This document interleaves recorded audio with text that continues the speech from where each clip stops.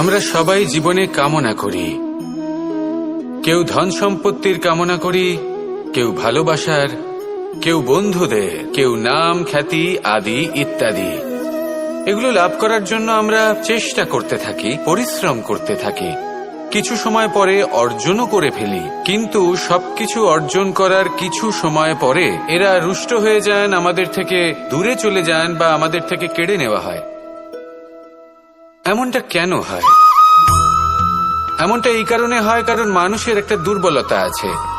কোনো কিছুই অর্জন করার পরে আস্তে আস্তে সে তার মূল্য, তার গুরুত্ব ভুলে যায়, তার জন্য চেষ্টা করা ছেড়ে দেয়। আর এটাই হলো সবথেকে বড় সমস্যা।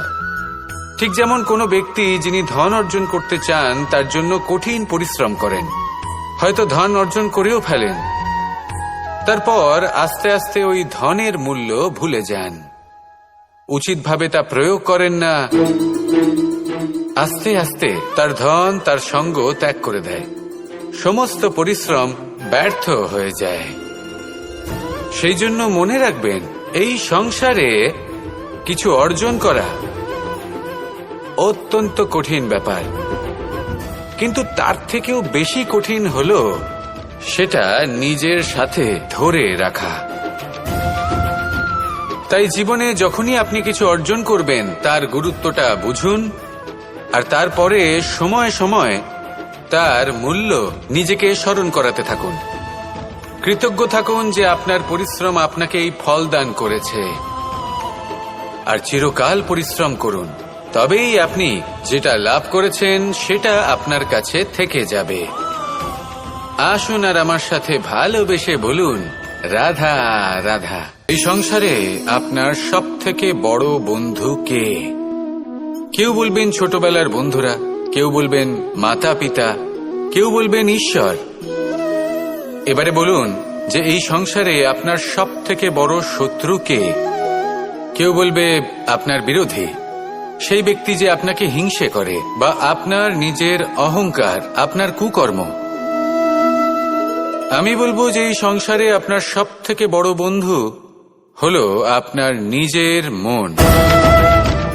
এই চঞ্চল মনকে যদি আপনি নিয়ন্ত্রণ করতে শিখতে পারেন, তাহলে এর থেকে বড় বন্ধু এই সংসারে আপনি কোথাও পাবেন না। সেখানেই যদি এই মন আপনাকে বশ করে ফেলে, তাহলে সংসারে এর থেকে বড় শত্রুও আপনি কোথাও পাবেন না। সেই জন্য এই সংসারকে নিয়ন্ত্রণ করার চেষ্টা ত্যাগ করুন। প্রথমে এই মনকে নিয়ন্ত্রণ করতে শিখে যান, তাহলে এই জীবন নিজে থেকেই সাফল্যের পথে অগ্রসর হবে। আর তখন এই মন প্রসন্ন হয়ে বলবে, রাধা রাধা। আপনি শুভ কিছু অর্জন করতে চান, তাহলে দুটি পথ আছে। প্রথম হলো ধর্ম, আর দ্বিতীয় হলো কর্ম।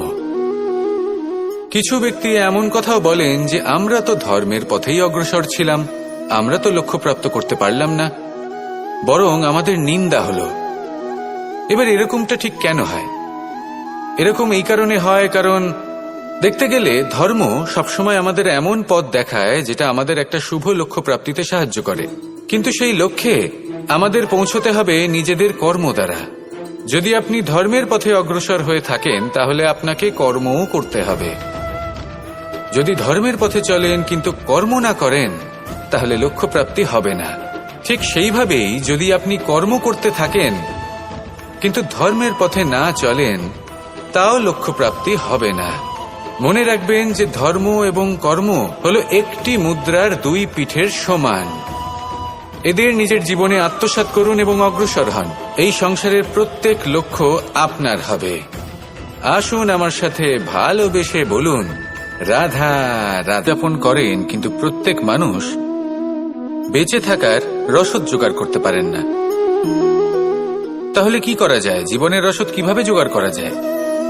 কিভাবে আমাদের চেষ্টা করে যাওয়া উচিত? আমাদের কি করা উচিত? কিছু কাজ আছে যেগুলো আপনাদের করতে হবে। সর্বপ্রথম, জীবনে যখনই কোনো সমস্যা আসবে তখন নিরপেক্ষভাবে তার সম্মুখীন হন। তা সে যে সমস্যাই হোক, সেটা সমাধান করার জন্য আপনাকে শুভ পথ নির্বাচন করতেই হবে। তারপরে যদি আপনার হাতে কখনো ক্ষমতা আসে, সেই মুহূর্তে আরো বেশি বিনম্র থাকতে হবে। আপনি ধন অর্জন করলে তখন অহংকার জাগ্রত হতে দিলে চলবে না। আপনি যদি শক্তিশালী হয়ে ওঠেন তাও অহংকার জাগ্রত হলে চলবে না। জীবনে যখনই ক্রোধ হবে তখন নিজেকে নিয়ন্ত্রণ করুন আর ভেবে দেখুন যে যদি এই মুহূর্তে আপনি ক্রোধ দেখান তাহলে তার পরিণাম কি হবে। এর ফলে কি কিছু শুভ ঘটনা ঘটবে নাকি অশুভ কিছু ঘটবে। শুধু এই কটা কাজ নিজেদের জীবনে আত্মসাৎ করুন, জীবন যাপন অত্যন্ত সহজ হয়ে যাবে।